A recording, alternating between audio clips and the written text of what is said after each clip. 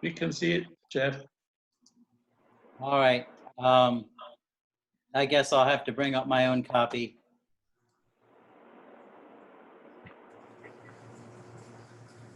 No, not here.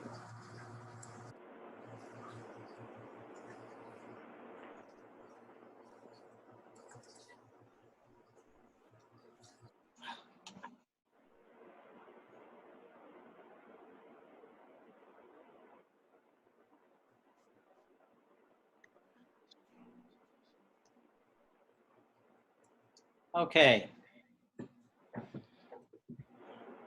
Making righteous anger productive. So let's go to the second slide. So this is not a lecture. It's a very personal talk on a difficult subject. So I encourage everyone, men, women, and children, to participate. Feel free to ask questions. Discussion is encouraged. I think it's important on a subject like this. And I will say at the beginning, I'm not trying to judge or offend anybody. If you feel like what I've said hurts you in some way, please feel free to speak up. If you don't want to do that in a public forum, certainly talk to me privately. I don't want anyone to walk away from this message with anything but encouragement and maybe being challenged, but certainly in the right way. So why this sermon? Well, the reason for it is someone is talking. I hear someone talking. Public demonstrations really prompted this sermon. Those are the ones that were inspired by the police brutality against Ray Brooks and, of course, many others in the past. And my first reaction when I saw these things going on in my town and others, I live in Arlington, is, this isn't going to do any good. This is a waste of time, standing around with signs, and that's not going to help anything. That was my first thought. But then I started thinking a little more and realized that problems, any problem, the solution doesn't begin until the problem is recognized as a problem. And this is a social problem, a very large one involving a lot of people. So probably does take things like people standing on sidewalks to raise awareness. And of course, then came the question to me, well, am I racist? Do I have racist tendencies? And of course, certainly the answer in my mind would be, well, of course not. Jesus wasn't a racist. Paul wasn't a racist. So therefore, I'm not a racist. But I hope through this talk to help us realize that, racism isn't necessarily being a member of the Ku Klux Klan. It can be more subtle than that. And it's only one of many evil isms that plague societies. And of course, you've heard of a lot of these, and I've just listed some of them as examples: materialism, ageism, sexism, cronyism. I'm not going to talk about all those things today. But these things exist. They hurt society. They're not good for people. So let's go to the third slide. So let's just talk about righteous anger in general, which is what we're seeing with these people with the signs on our street corners in our cities and towns. Ungodly treatment of other people should make us angry. I have an example here from Jesus' life. The situation is that he's in a synagogue and there's a man there with a withered hand, it says. And Jesus wants to heal this man, but some of the people in the synagogue think that's wrong. And Jesus appears to their sense of reason. Is it lawful to do good or harm on the Sabbath, to save life or to kill? And then it says, he looked around at them with anger, grieved at their hardness of heart. And then he did what he could do about the man's condition. He healed him on the spot. Now, we're not Jesus Christ. That doesn't mean, however, that we can't do something about situations that are wrong or unfair. So the question that I hope to help us answer today is, how can we channel our anger into something productive? And that's assuming that our anger is justified. So I have 4 steps here, which I'm going to elaborate on in the rest of the talk. First, we should ask ourselves, well, what can I do? We should have a grasp of how serious the situation really is. What kind of action or thinking should it inspire? We should always pray, and sometimes we really can't do anything more than that.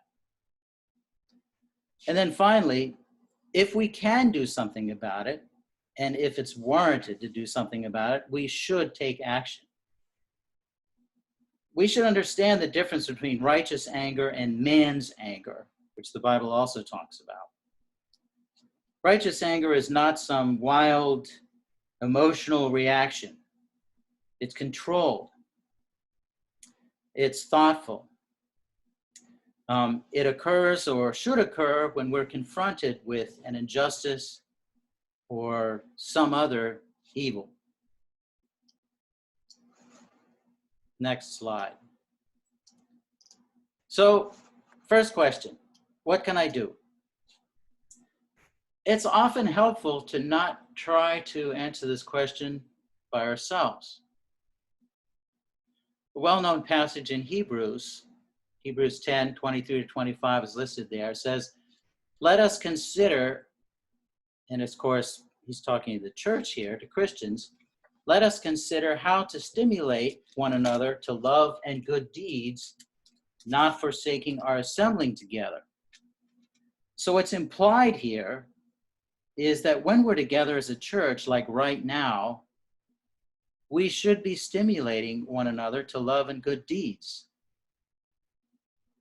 And certainly trying to help society rid itself of some evil, such as racism or some other forms of bigotry. Certainly that is a good deed, isn't it? Isn't that something that we should be considering? You know, in some church traditions, you can't talk about anything from the pulpit except the Bible. You can read the Bible and preach, and that's great. I'm not saying there's anything wrong with that, obviously. But there's no reason to exclude from our discussion, our assembly, society's problems. If we're going to be a light to the world, we do need to be willing to understand and deal with the problems of the world. But in doing this, we need to think carefully about the right way to do it. Proverbs tells us, and that verse is listed up here, without consultation, plans are frustrated, but with many counselors, they succeed.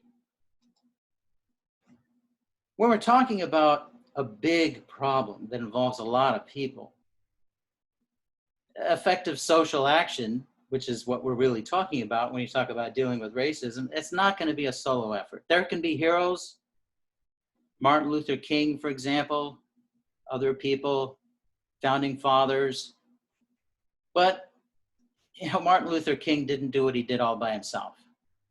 And we are not going to be able to deal with something like racism all by ourselves. Next slide. Well, how serious is the issue we're dealing with, whether it be racism or whatever? So there's a very good example in the Old Testament of a case where an important person in an important division, important position, underestimated the seriousness of a problem that was clearly in his ballpark. And I'll read this passage to you. It's not the whole story. I suggest you go back and read chapters, read in Samuel, the account here to get the whole picture. But anyway, here's some excerpts. Eli's sons were wicked men. They had no regard for the Lord. But even before the fat was burned, the servant of the priest would come and say to the man who was sacrificing, "Give the priest some meat to roast. He won't accept boiled meat from you, but only raw." If the man said to him, "Let the fat be burned up first, and then take whatever you want," the servant would answer, "No, hand it over now. If you don't, I'll take it by force." This sin of the young men was very great in the Lord's sight, for they were treating the Lord's offering with contempt. Now, of course, the young men here included Eli's sons. He was a high priest. His sons were descendants of the high priest. So they had responsibilities in the tabernacle. Now, Eli, who was very old, heard about everything his sons were doing to all Israel and how they slept with the women who served at the entrance to the tent of meeting. So he said to them, "Why do you do such things? I hear from all the people about these wicked deeds of yours." His sons, however, did not listen to their father's rebuke, for it was the Lord's will to put them to death. And then we hear God's answer a little bit later in Scripture. "At that time, I will carry out against Eli everything I spoke against his family from beginning to end.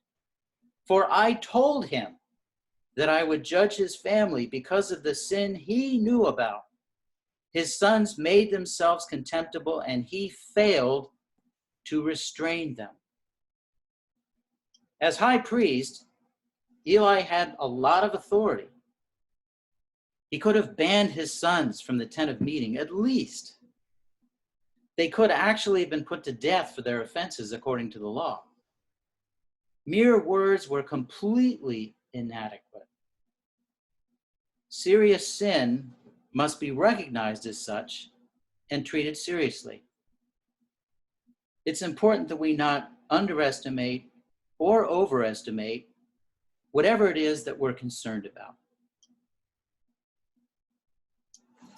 The next slide.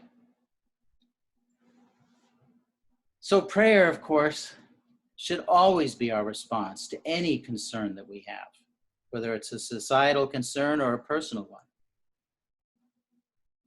Paul's instruction to Timothy in 1 Timothy 2 that's listed up there is notable.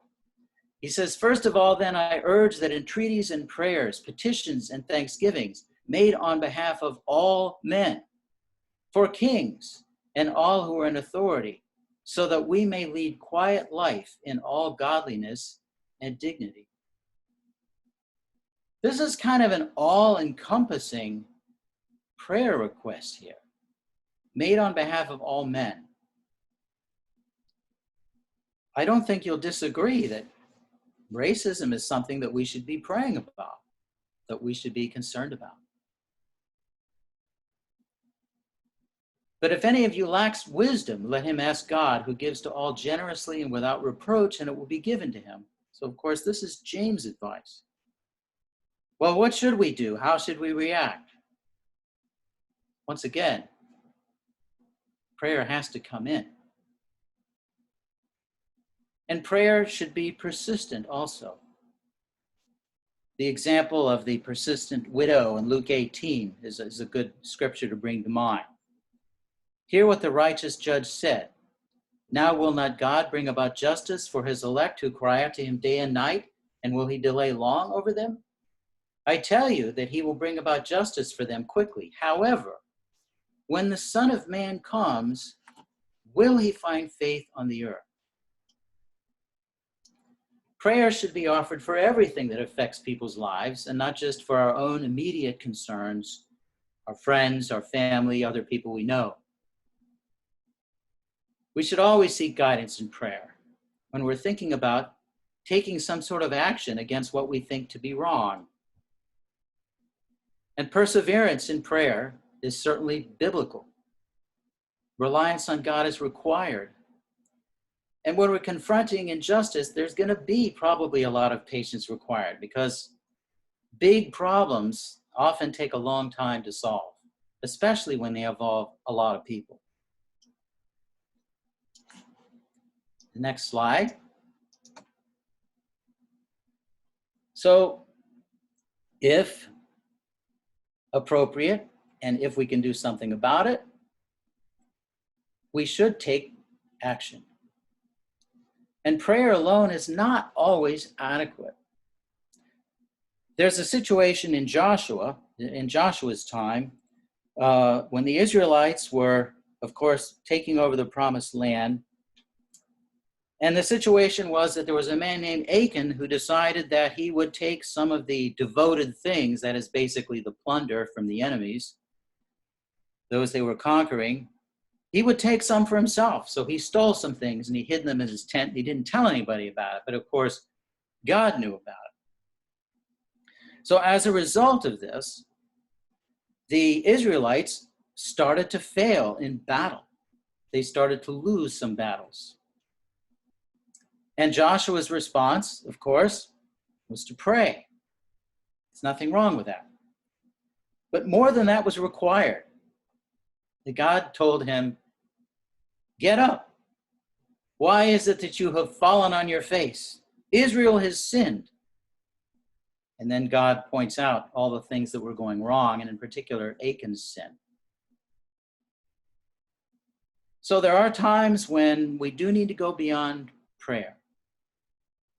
Of course, another example, which was our opening scripture, was Jesus driving the money changers out of the temple. So in some situations, violence is okay. It's necessary. Vigorous action sometimes is the only way to solve a problem. I will note that situations that warrant violent action are very rare for individuals. We can talk about things like righteous war, but that is not an individual effort. Jesus, as far as we know from the scriptures, cleared the temple twice. Once early in his ministry and toward the end of his ministry. This is the early passage. Matthew 21 is where it occurred later. So it's only recorded twice for Jesus Christ. But when action against an evil thing is warranted and in our power, we must not shrink back from taking it. Therefore, the one who knows the right thing to do and does not do it, to him it is sin. That's what James tells us. Next slide. So, back to my personal question at the beginning. Am I racist? Do I have racist tendencies? Racism starts and stops with you and me. It involves our attitudes towards other people. And our attitudes are like habits. They become part of us. They're ingrained through our upbringing, personal experiences we've had, attitudes of those that we hang around with. And habits are at least some degree subconscious, and that's the point with good habits. You should, quote unquote, automatically brush your teeth, wash your face, get up on time, etc., etc. But sometimes, if they're not good habits, they can be dangerous for that very reason. Bigotry is like a whole collection of habits. It affects us in many ways. The way we think, the way we listen, the way we talk, the way we express ourselves in writing, the way we react in situations, especially unexpected situations. And often we react in ways that we may not even be aware of. Body language, of course, is something that's been studied a lot. We're often not aware of it. A slight change in facial expression, a subtle change in tone of voice, even a little pause, certain choices of words. And it's through these things that if we have sort of a, you know, a deeply embedded attitude, it's the way we end up offending people when we have no intention of doing so. Communication is very multifaceted. It's not just words. You know, it takes more than words to fully communicate. And we do send off signals in different ways. Sometimes those signals, quote unquote, give us away as to what we really think or feel about something. Racism, which is just one form of bigotry, is real. I think this is shown by the reactions to it. And given that, I think it's highly improbable that people who feel affected by racism are just imagining things. I don't think they are just imagining things. I don't think they'd react the way they do. And I believe that a lot of the feelings come from, you know, not people actually being deliberately and obviously racist, but just in more subtle ways. Their decisions, their communication style. So the next slide, we go a little bit deeper and get even a little more personal. So during a very terrible period in Israel's history, Jeremiah wrote a book called The Lamentations of Jeremiah. He says, "Let us examine and probe our ways, and let us return to the Lord." And of course, I won't read you the passages, but in the New Testament as well, we're told to examine ourselves. We're told to have a sober estimate of ourselves. We should know ourselves. So below is a list of different, I call them categories of people. It's a flawed list. It's an incomplete list. I hope, you know, if you were left off this list, you weren't offended. I'll give you a minute just to look at it.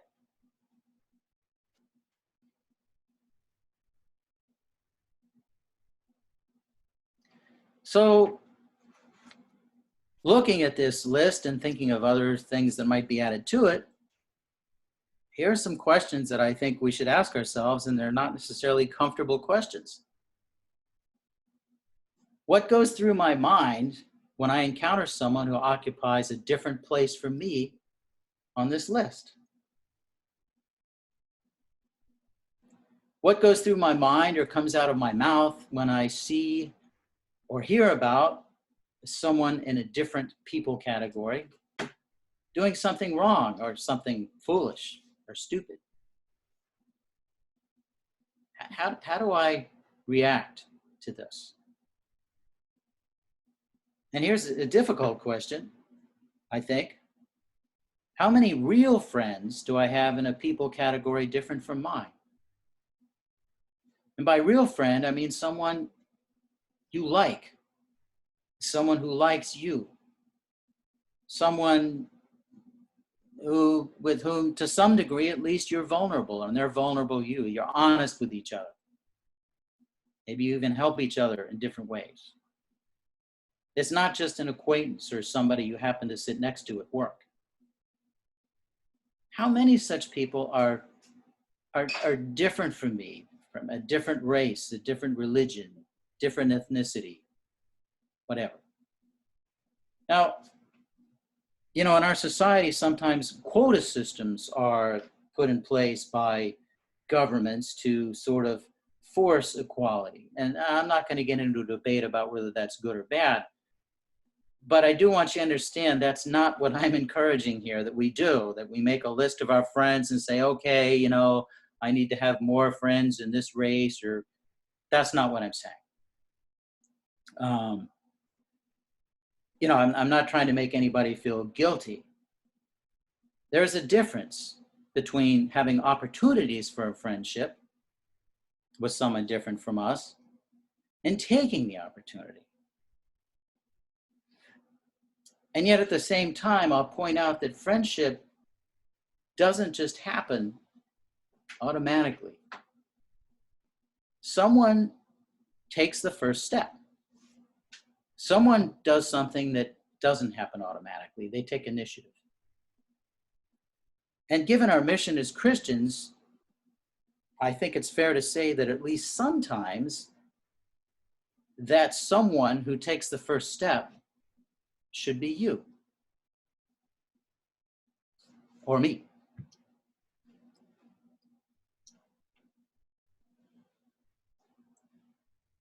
The long-term, next slide, the long-term solution to bigotry of all kinds, including racism, I firmly believe is friendship. And I'm not going to recount for you the various stories I've heard, real stories, about people, for example, on opposite sides of a war or on opposite sides of an ethnic conflict, getting to know each other, sometimes against orders or against political policy, and discovering, gee whiz, these people I'm supposed to hate are just like me. These people I'm fighting, I don't really hate them and they don't hate me. This is a very genuine human experience. It's occurred in history. We should remind ourselves of God's creation of man.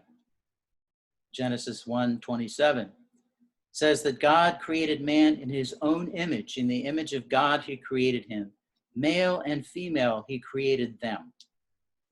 Without exception, every man, woman, and child on the planet is made in God's image. Is that truth, that fundamental truth, reflected in the way that we live, in our relationships, in our decisions, our friendships? We should be aware of where stereotypes and prejudices that divide people come from. They have their origins in ignorance, false assumptions, influences in our lives that are ungodly. Sometimes they come from bad experiences that we've had, that we've allowed to grow into generalizations. Oh, I remember the person of such and such a description hurt me when I was a little boy, and I don't trust those people. Or I saw this guy do something wrong, and he was this, and so those people are criminals, and so on. We can't generalize that way. Everyone is an individual.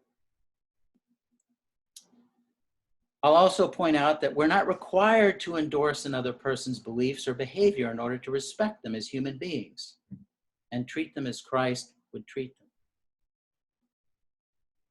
Tolerance and endorsement are two different things, and that's another thing we could talk about in our society. They're not the same. Tolerance out of love is one thing. We should be able, to the extent that they're willing, to be friends with anyone. That doesn't mean we have to endorse everything about them. As Christians, we should welcome opportunities to share our lives with people of all kinds, from all walks of life. Friendships break down the walls of bigotry that divide people. Sermon on the Mount says, "Blessed are the peacemakers." And when we behave and do things that helps the different types of people, the different races, get along, communicate, be honest with each other, care about each other, we are making peace. And we're blessed by that. Now, speaking personally, I should conclude by saying that that test on the last slide about those questions, I don't pass that test right now. I grew up with a lot of prejudices. And, I can blame my upbringing and other things, but bottom line is, I'm ultimately culpable for harboring my own evil. And as I think I told you in the sermon quite some time ago, part of what's helped me to get over a lot of those ideas is actually having friends in different situations as I was growing up who were different from me, different religions, different races, different nationalities. And I did make the discovery that these people are like me. However, I'm still I'm still dealing with some baggage because these things were deeply ingrained in me. And I'm afraid that sometimes they come out. I know they come out. My wife knows this. So I'm still dealing with my sin. But I think, and again, I'm not accusing anybody. I think everybody needs to deal with whatever misgivings they have about other people that are not justified. I think we need to deal with these things. I'll conclude with a philosophy of Paul, one of his ministry philosophies. He says, I have become all things to all men so that I may by all means save some. I think that's a beautiful sentiment. So nobody made any comments or had any questions. Where is it, sweetheart? Here?